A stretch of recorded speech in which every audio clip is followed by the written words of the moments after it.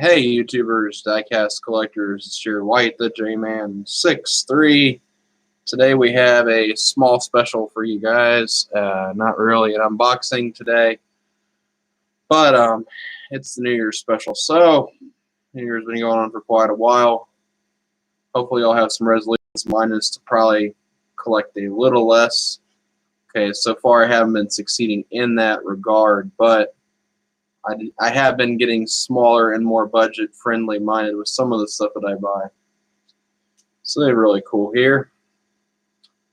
The Blood, Sweat, and Gears with the Little Coffin, and you have the Beatnik Bandit, which is an awesome set. I actually made the guy an offer on this, and I lowballed him kind of, but we eventually wound up agreeing on an offer, and I've been chasing this one for a good while in terms of 100% sets.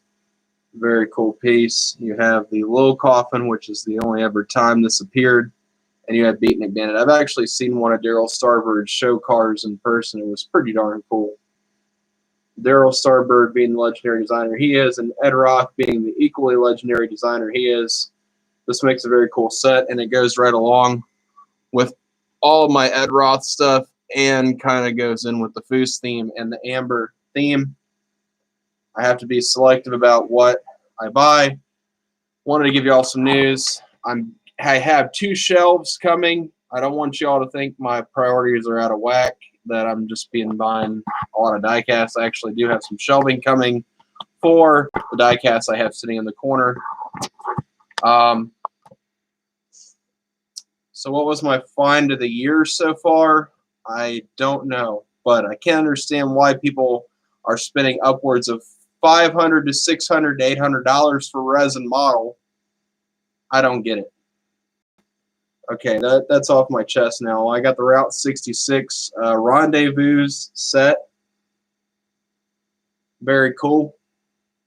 This has the hood kind of came loose where the hood straps broke, but I don't really mind. I actually like the motor being shown off a little bit better.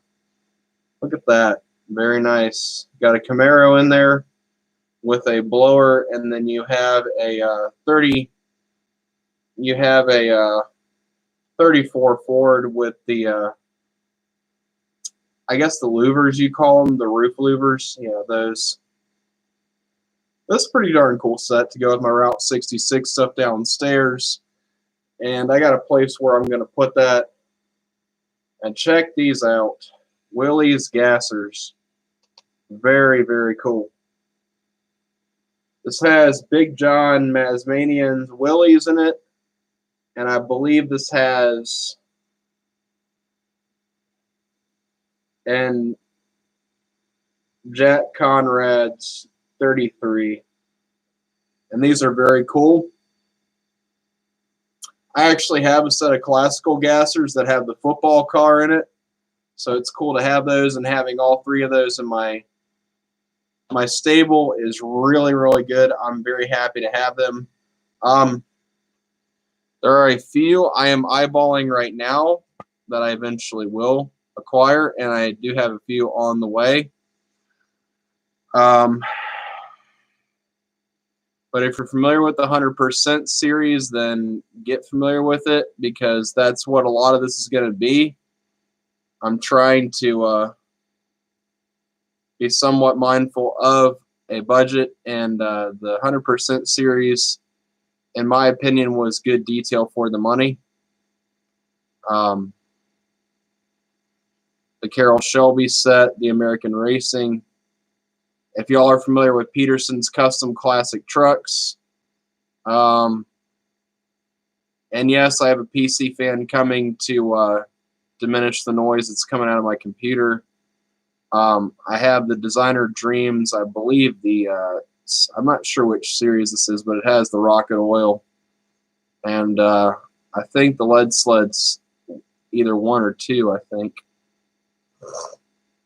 So yeah, there is some cool stuff coming up on the channel. I don't have a lot more. Like I said, my house is pretty well filled up. There's very little room I do have for certain things, so I have to be methodical about how I think out where things are going to go. But my topic is resin. I don't understand why people spend upwards of $800 or $600 for a resin model, and they say it's the exclusivity and blah de blah. Well, I can look at my Mr. Gasser, and they only made like 1,054 of those worldwide, and I spent $120 on Mr. Gasser, less than a fraction of what one of those resin model costs. I also got Sam Posey's car and who is the guy? Dan Gurney's CUDA, and they only made like 1,024 of those worldwide. And they have all the opening parts, spring and scissor hood hinges, and I spent $120 on each of those bad boys. I don't understand why people put $800 into a resin model. Look at the bikes behind me right there. All those have all the working stuff, clutch and brake and stuff like that. Resin, you don't get a single opening part for $700. I don't get the exclusivity factor there. I just don't. I'm sorry, I hate to complain and get on my high horse, but that's my topic of the day. What's your opinion about resin? Just an opinion, but I'm not a resin guy. I'm going to let you guys go. Check out the J-Man 63. Have a good one. Bye.